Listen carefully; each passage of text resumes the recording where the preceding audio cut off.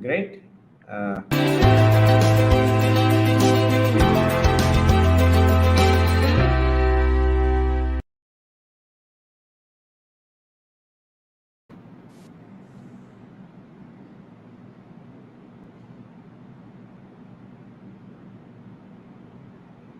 Good evening, ladies and gentlemen. This is Dr. B K Rana, CEO of Quality and Accreditation Institute, QAI, welcoming you all for this trending Tuesday on 23rd of March 2021.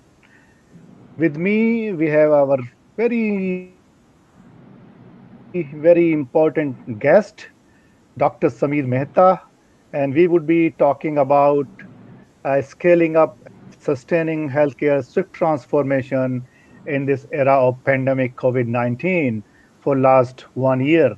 There have been difficult time for everyone, including individuals and organizations, and healthcare has been into forefront of tackling this pandemic, and there have been ups and downs in healthcare sector as far as service delivery is concerned. So, Dr. Sameer Mehta, who is with Dr. Mehta's Hospital, is with us today. So, welcome, Dr. Sameer, to this Trending Tuesday show of BOH broadcast. And we really appreciate your time and commitment to talk to us all on this day today. Just before I let others, get into the mode of listening to Dr. Mehta's and my conversation, I just like to take through who is this gentleman, Dr. Sameer Mehta. So I was going through his profile, and it's too big to read, but I will definitely cover some of the important and key things about yourself.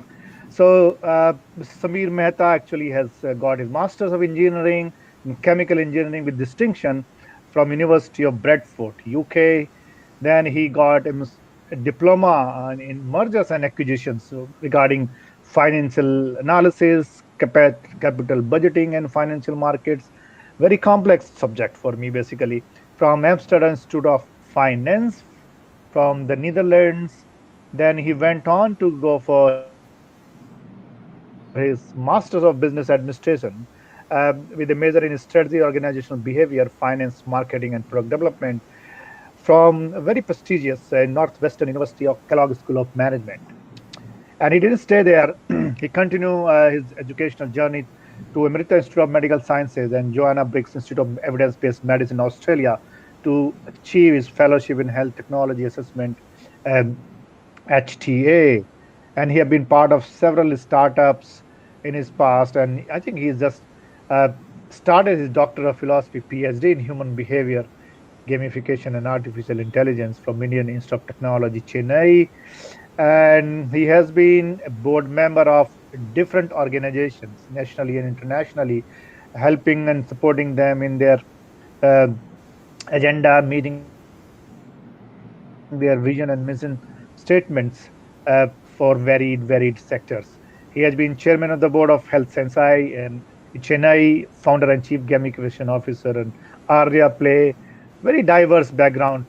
Chairman board of directors at the Future Program, and currently he is the vice chair of board of directors and former CEO and COO of Dr. Mehta's Hospital. With this very illustrative, background, I once again welcome you, Sam, and it's really privilege and honor to have you on this show today. And before I kick off with certain very specific questions which I have prepared for you specifically, I would just request you to please open up the session your thoughts on pandemic 19, which have been, here for last almost 12, 13, 12 months. Just little bit on then your views. Over to you, Sam. Thank you. Thanks a lot, Dr. Rana. I look at it as a privilege to be here. So thanks a lot, VOH. Also, thanks a lot, Dr. Rana. He's one of my tutors and guides over the years, especially in accreditation and quality standards across India. And I think what he's doing in QAI is remarkable. So look, I rewind the clock to basically 14 months back. Most of us had not really understood that there was something called Wuhan. We were kind of like hearing it on the bottom of all the news channels when we turned them on, whether it was internationally or locally. And there was a virus, but nobody thought it would come into your backyard. And I fast forward 12, 14 months, and the world tilted. In fact, the world didn't wait for 14 months, it tilted in 2 months. I think India center and states did a remarkable job.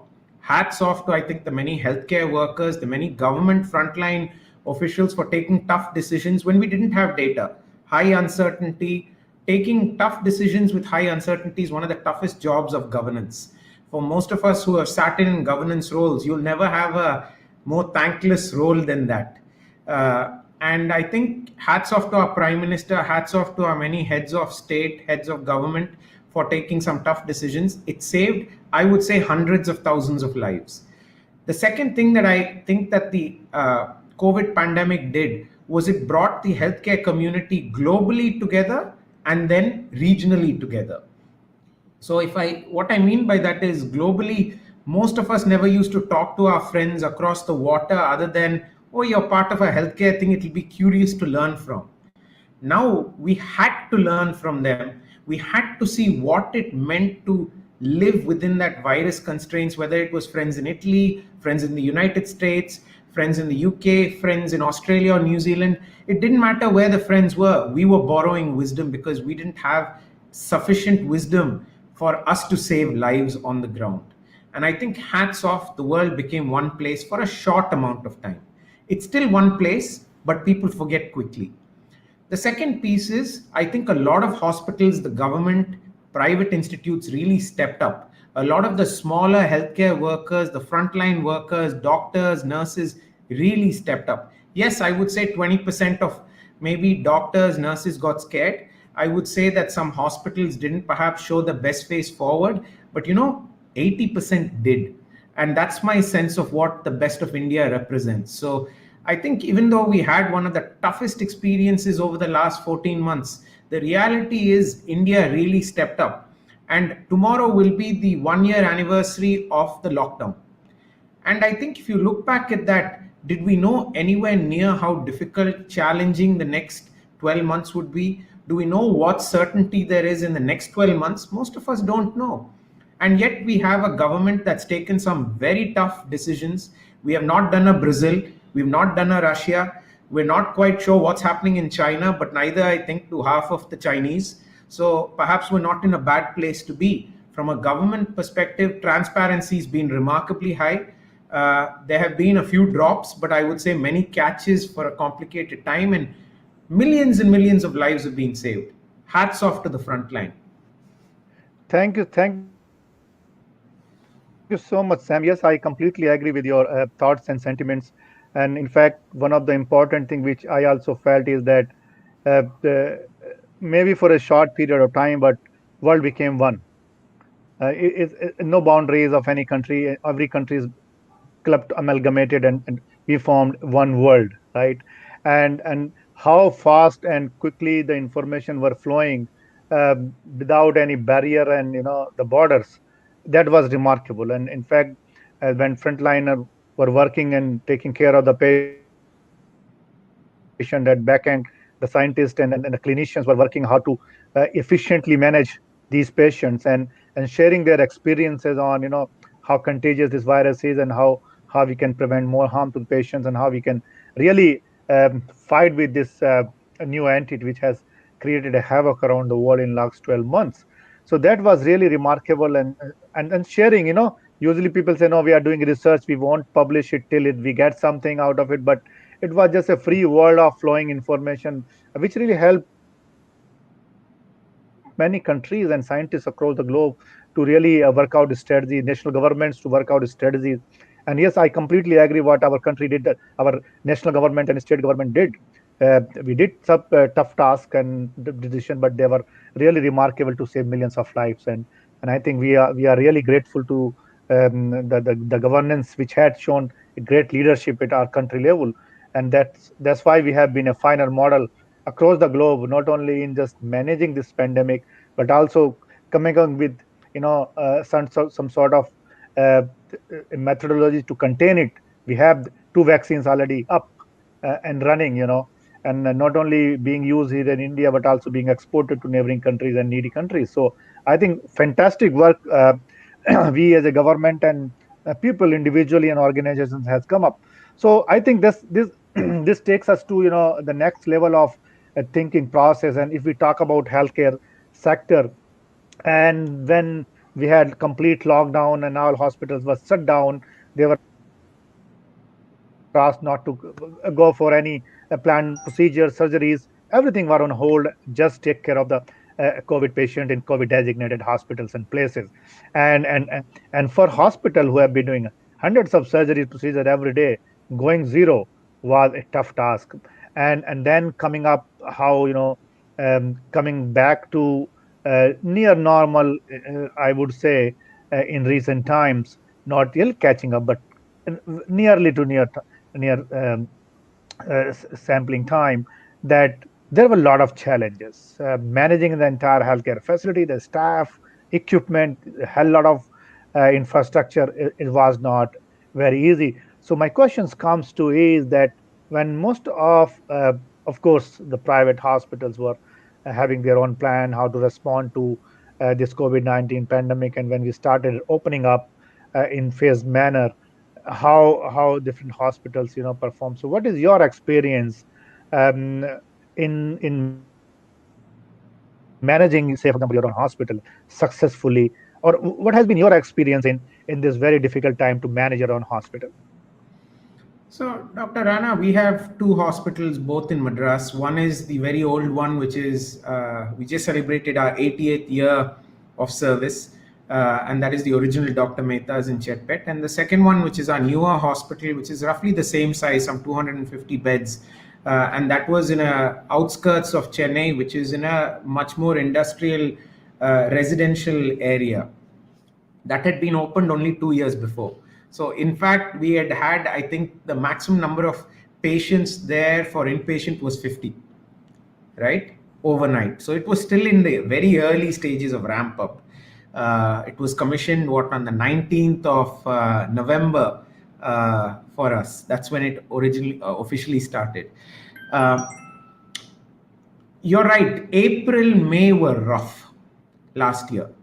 Our number of surgeries, our pediatric hospital went effectively from having occupancy rates of 95% to having occupancy rates of less than 10%. Our geriatrics population was okay. That had a drop, but it wasn't as significant. It basically went to about 30%, 40%. But very quickly by May, we had tried to figure out that we were at around 40 to 50%. We had tried a lot of things. We had put in a lot of practices for safety so that when customers came in, they could feel safe. A lot more communication, a lot more positive affirmation, because at the time, let's be honest, in April, May, there wasn't much information.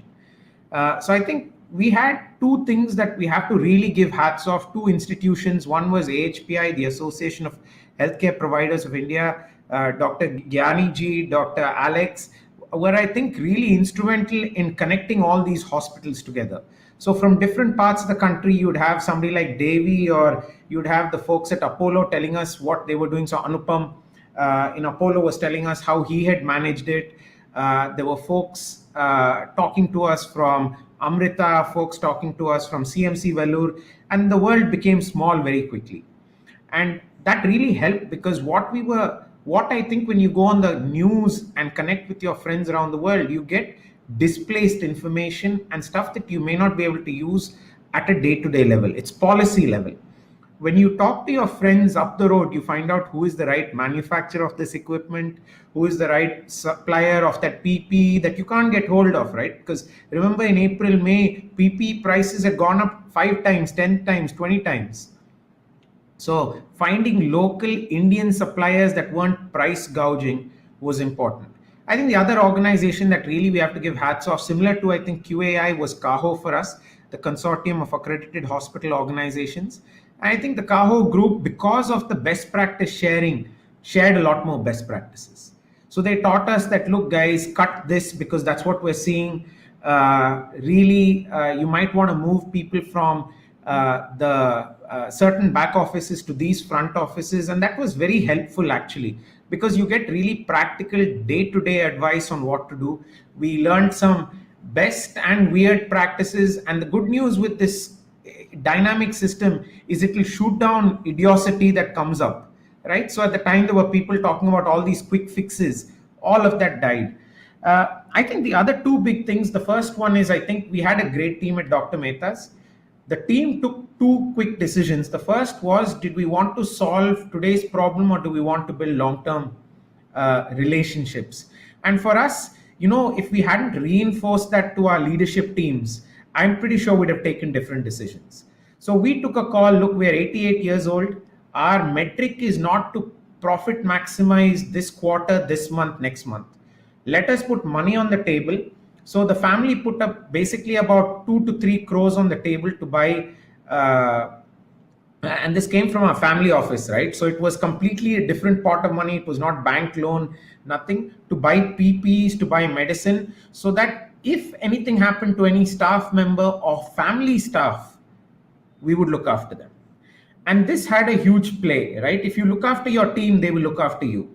That's a rule of life, right? And Your customer is definitely. king, but your internal customer is even more the queen, right? And a queen should not ever be allowed to sacrifice in chess until you win the game, right? Don't True. sacrifice your queen. In fact, don't sacrifice. Look, chessboard, this is not one where it's a game of chess where people are expendable. That's This the is meaning. not that. This is one, how do you protect every single piece on the chessboard? Because every single piece, whether it's the person who looks after infection control with housekeeping, to the person who is the technician who has to come in to carry that sample from A to B, they're all critical, because the more routinify you make operations, the less risk your institute has.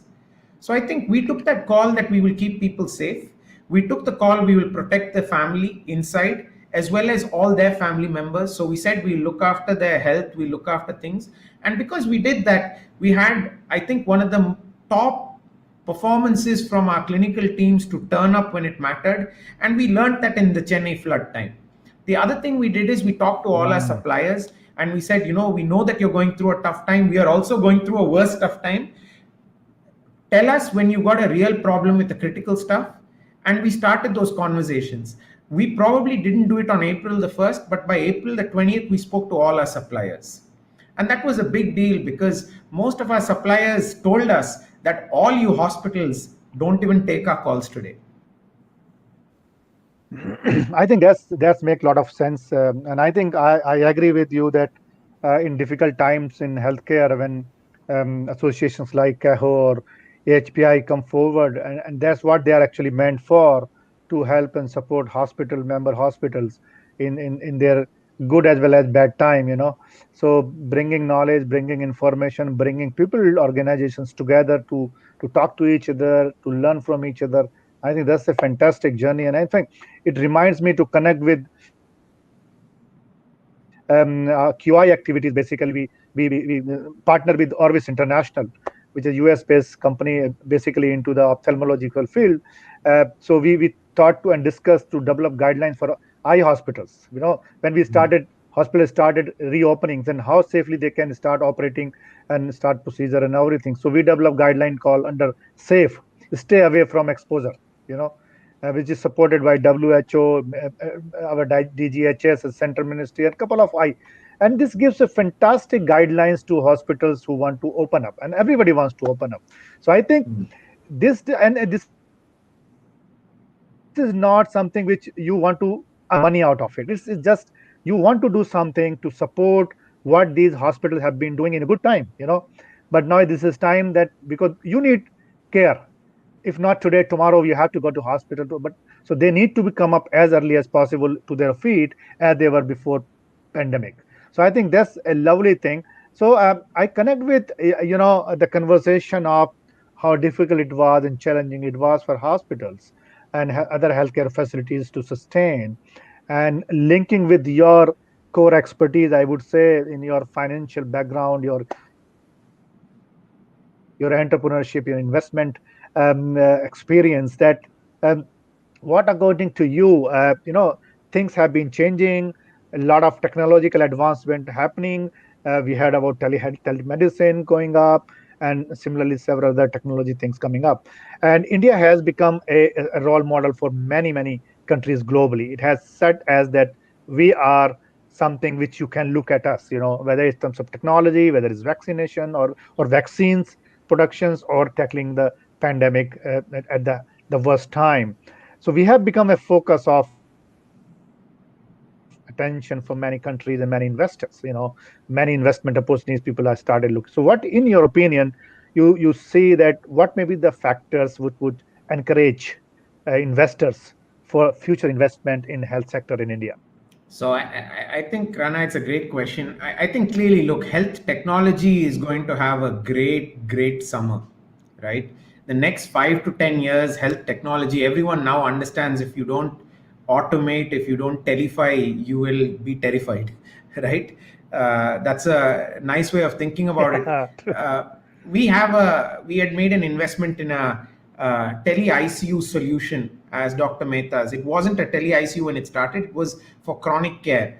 But when COVID came, that company came to us and said, we would like to flip and do your ICUs because we think we can help protect your staff and we can help communicate, especially in the very early days, what's happening in the hospitals that are treating COVID to the people who are sitting at home and who don't know what's happening. And at the same time, if you're treating anyone at home, we can connect them to you. And so we had this phenomenal technology, Health Sensei, that really made our life a lot simpler. Because if we look at our clinical outcomes, because at the end of the day, you got to measure it against benchmark metrics, right? I think that's why we appreciated NABH originally, and we're still hoping that NABH will give us those benchmark metrics. But the reality is, companies that came out and gave us a solution that made our life easier, whether it's at a clinical level. So I have a nurse who's sitting in my ICUs who has this mobile app that basically you can put your own alarms into, and on the mobile phone, all of a sudden she could set an alarm. So when the SpO2 went above a certain limit or fell below a certain limit, so when it hit 96, she would get a personal alarm. My head of my ICU set a higher alarm. My person who is on the day shift of the ICU, the doctor, he set a slightly lower threshold alarm. So when you started having this personalized alarm by patient escalating, it made the world of difference. We had this vitals that was given to anybody's phone real time, right? So all of a sudden what happened is, if I just use that one analogy, in an ICU, people were having stress and thinking, I have to go and see the patient, I might get COVID. All of a sudden that disappeared. The person is sitting outside the ICU, is looking at their phone, is looking at all the monitors. And by the way, they don't even have to look at the phone, they have to wait for the alarm. Peace of mind, because most of the time, if you're in an ICU, the reason why you get an alarm is because the freaking sensor has fallen off the person, right? That these guys solved. That Health Sensei technology translated for us into clinical outcomes in the new hospital. So this is where I had problems with shift. I had problems with getting full-time nurses. I had problems with high-quality intensivists on the 24/7 clock, right? Sunday night graveyard shift. My head of the ICU was sitting at home, looking at his phone, keeping the alarm on by his bedside, and just waiting to get the alarms. And you know what that did? It gave people peace of mind. They started going from 24 on to reacting and getting peace of mind. And that one solution gave us a success rate in our new hospital of 98.7%. So we've treated some 3,000 COVID patients today. Having a 98.7% clinical success for people who are ill, who are not asymptomatic, who needed hospitalized care is remarkable. The world, the average globally is around 91. The best in India is working at 96, and those are guys like CMC and Apollo. And we had got this new hospital at 98.7. And the reason was simple. If you use good technology on the ground that makes difference to the constituents, the user and the payer, life is better. What my customers told me was even more profound. My customers said, I'm now getting a daily update on what my family members are doing when they're in the COVID ward, when they're in the ICU. And we don't get this in other hospitals, but we're getting it in yours. So really hats off. So I think technology in healthcare investing has gone through the roof. I think if you're a hospital and healthcare infrastructure, I'm not sold you will get much love today. I think compared to other industries, perhaps we are lucky because manufacturing, we all know, went down. We know hospitality is in the dumps. We know travel is in the dumps. But that is a very short term thing, Dr. Rana. When manufacturing went down, if I look at most of my friends who are in manufacturing today, all of them are saying that if you are a multinational exporting your things, business is much higher than it was before COVID. If you're in tech, business is much higher than before COVID. Why? Because the world is automating. If you are in most businesses, agriculture, buying tractors, wheels for tractors, light vehicles, business is up, right? So I am not sure that all of a sudden we'll have a lot of investors jumping into healthcare that stay in the long run. There will be profit maximizers in the short run, but healthcare is not a great profit maximizing business. Actually, we're the opposite. You have all these guys, and we saw that in home healthcare, right? You had these guys come in, a lot of home healthcare companies came up, and all of a sudden the cost per nurse at a home healthcare company tanked and safety standards tanked. So all of a sudden, people weren't confident that they got great home health care. So I think we saw that with clinics in healthcare and many other businesses. But health tech, I think, will go through the roof. I think health payments will go through the roof, or automation of payments. So things like your TPAs will go from being people managed to technology managed. I think you will see a lot more robotic cleaning companies. And I think that's good for healthcare, right? We don't want to chase a housekeeping team member to come at 3 in the morning. Rather, I'd have a robot that does it automatically for me, right? Yeah, So I think, I I think Sam, mean, you are look, absolutely right. Yeah. so I think there are short-term investment trends. Like all people started paying for telemedicine. If you ask most of those people who bought telemedicine, then they are still chasing telemedicine, but the impetus is not there, the energy is not there. Whereas guys who are good at telemedicine, and there are some, I mean, Apollo hospitals, our own government did great things on telemedicine through Ayushman Bharat, right? That e-Sanjeevani scheme is the biggest telemedicine platform in India. The Arvind Eye Hospital telemedicine thing is phenomenal. And I'm sure you have many examples like that in your world. Ours has been successful, but to be honest, most of our telemedicine is looking after customers who are finding it difficult to come or who are on special long relationships with us, right? So I think the guys who jumped at new things, shiny things, will not do so well. The guys who think long term will always do much better because you're building the right long term things.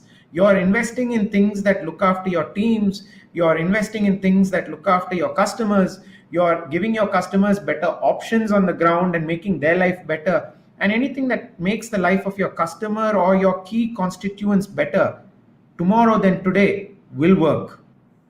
Absolutely, I think I absolutely agree with your sentiments and views which you just expressed. And I think technology would be playing a very important and critical role in not only just streamlining our healthcare processes but also our clinical outcomes.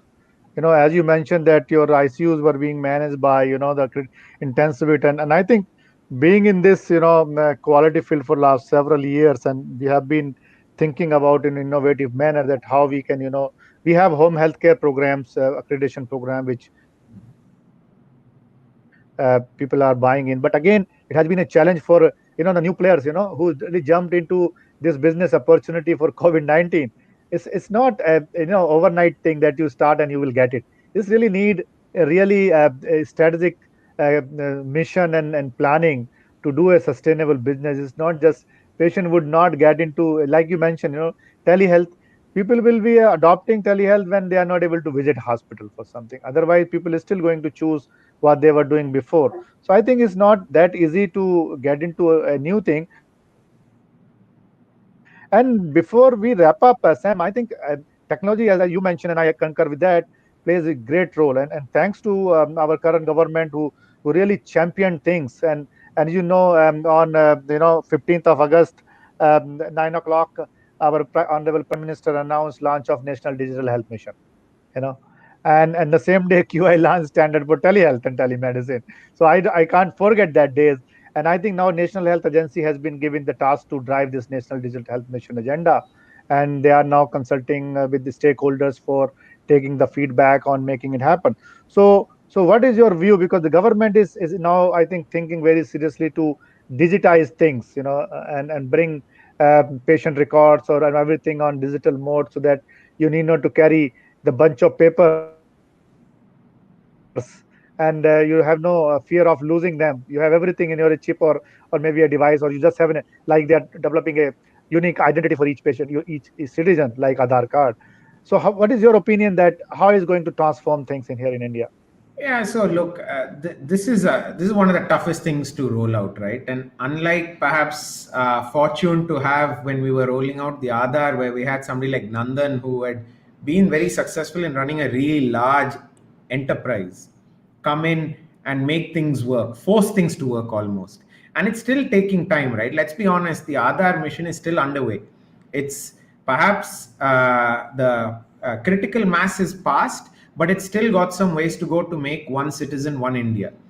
I think the National Health Mission and the Digital Mission, I think, are required. First of all, we needed telemedicine standards. We needed clarity on whether a doctor who gives a teleconsult is liable for their teleconsult when they do it from a hospital, or are they going to lose their license. We needed clarity whether a quack can do a teleconsult, and thankfully the government saw light of the day, and IMA and many good institutions out there played key roles in that, to make sure that at least we had clarity on allopathic medicine, that we don't want this mixopathy as much. And I think the government is friendly to that, but sometimes it's very easy and hard to remember that on the same time that health is a state subject. It's regulated centrally, but it's a state subject. So getting all your states to operate under one guideline, actually the two things that I would say are the huge success stories are, one, I would say, is the COVID response. The second one is probably the telemedicine response, right? I think the one patient digital ID will take time. Look, I was involved in that hospital, what do you call, having a single identity per hospital for insurance institutes. And there are 80,000 hospitals across India of a certain size. When you get to the top certain size ones, so ones above 100 beds, it was Around supposed to be something 2,500. like 20,000 to 30,000. No, it's quite a big number still, right? 2,500 something, over 100 back. Yeah. So I'd gone and spent some time with the insurance group in Hyderabad, and I will tell you something funny. They said that we have 31,000 records and we have 37,000 records. I said, what do you mean you have 31 and 31? You have one set of records, man. You can't have two sets. And they said, sir, so I said, let me test my own hospital through this system. And my hospital came up 7 times. Oh, goodness. Right? 7 times. And I was there going, 4 of these aren't even my address. Right? So it is not possible that is my hospital. Right? And there can't be that many hospitals with a name like Dr. Mehta's outside Gujarat, or maybe Rajasthan or Punjab. So you take away those 3 places, it can't be that many. And we still had, out of those remaining 6 of those hospitals there, and I knew at least one was mine. Here is the problem. Somebody would have registered an old name, nobody had cleaned it up. Right? That is 50% of the problem. So I think having one identity is a big deal, is not easy to do. I think we gave it to a good team. I think India needs to have a digital record, because if we can have a digital health record, life becomes a lot easier. I'll tell you, when I go from system A to system B, I would like to show the doctor, these are the key critical things that you should pay attention to. Now, I think the problem is the standards are not really standard. Different people have different standards. So one of the good things that you guys did in the tele registry, and I know lots of organizations and institutions came together to get that approved, to get the government's buy-in, I think they came to one common sense realization that let's not overcomplicate. And when you simplify the heck out of life, life becomes relatively better. So having a simple record, making sure that we have a standard that no, we're not really making the doctor's life miserable or the nurse's life miserable with having these digital teleconsults. I think that was the right way of going about it. If you ask me, is it going to be easy to get 1.3 billion people with a single identity? No. The other problem that I think this will have is India is good at giving a law. India is sometimes not so great at holding the law where abuse does not take place. I think hats off for many things recently. We've heard stories where Lord Hanuman or Lord Ganesha were fortunate enough to get their Aadhaar number. Whereas the mortal Indian who lives in certain parts, who are very much as much an Indian as you and me, have struggled to get their Aadhaar card, right? So if Lord Hanuman can get their Aadhaar card from sitting somewhere in the stars or in the we don't know where, then those are what I call the 3%, 1% problem. We can't stop the country for the 1%. But at the same time, the 1% is what you need when you get to a robust, foolproof system. The risk of having your data stolen at health is not really a real risk, right? Assume your data is going to get stolen. So what if somebody knows I'm going to have a heart attack, right? Let so be it. My father may have diabetes, therefore I'm more susceptible to have diabetes. If somebody knows that it is interesting, they can target me. If somebody knows that and can control my medicine, that's a different bucket, right? And I think that's what we have to be smart on, that let's not overdevelop a digital highway so that we have our infusion pumps connected to the same data that somebody can abuse, because there are hospitals around the world that have been held to ransom. There is a lady in Germany who lost her life because some hacker in Russia or North Korea, nobody truly knows, decided that day to put ransomware and shut down all the infusion pumps in the hospital, right? And they couldn't turn it on in time to save that lady's life. They thought it was on, but it'd been turned off, right? That's very and very No, so I think, look, I scary. think we need it. How it gets implemented, more stakeholders involved is the right answer. I think that's the key. Basically, the government efforts are laudable, and I think it's not necessary that everything is achieved, so quickly. It's very complex. It's not that easy, and that's why I think this stakeholder consultation is very vital and very important to look around and seek the views of users, that how it is going to be. So, but it's an ambitious project, and I wish the project a great success in time to come. But I think we are now coming to the end of time. We have really short some of the minutes, but it's really a conversation, which we keep continue for hours and hours, and without any lapse, and we keep enjoying. But I think we have to respect time as well, Sameer. I think it has been a great time with you for last 38 minutes precisely, and it's really honor for me to host you on this trending Tuesday of VOH broadcast. With this, I would like to thank you enormously for your presence today. And I would like to thank all our viewers of Trending Tuesday for listening, viewing. And I think we are also open of a live telecast as well. We are going live as well. So I think it has been a fantastic time for last 40 minutes now, Sameer. And I really look forward having more conversation in time to come. So thank you very much Thanks a to lot, you, Dr. Rana. and thank you, VOH, Dr. for Rana, I just giving. want to say one thing. If you're a healthcare worker at this time, stay in the industry. You will not regret this. I will tell you that. COVID is not going away. That's the bad news. The good news is neither is your industry going smaller. It's only getting bigger. And smarter people are joining, so our life is going to get better tomorrow than our yesterday. Fantastic. And I think that's why quite positive note, Sameer. And I think with this, I would like to close this conversation as of now, but we will continue in time to come. Thank you very much, ladies and gentlemen. Have a nice evening. Thank you. Thank you.